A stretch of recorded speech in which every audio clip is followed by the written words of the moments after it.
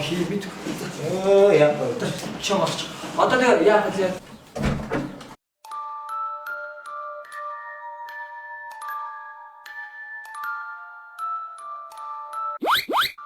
Ажлын саалд явах гэсэн.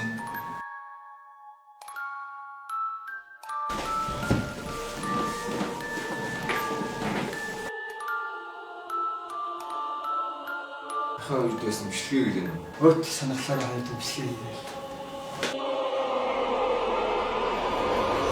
Ахын өөртөө 20 сая төгрөг өгье. Манай сонгуулийн шүтлэг хийчих. Тэр өөрт чинь 20 сая төгрөг өгчээ. Га манай биш хайд орчихдгоо.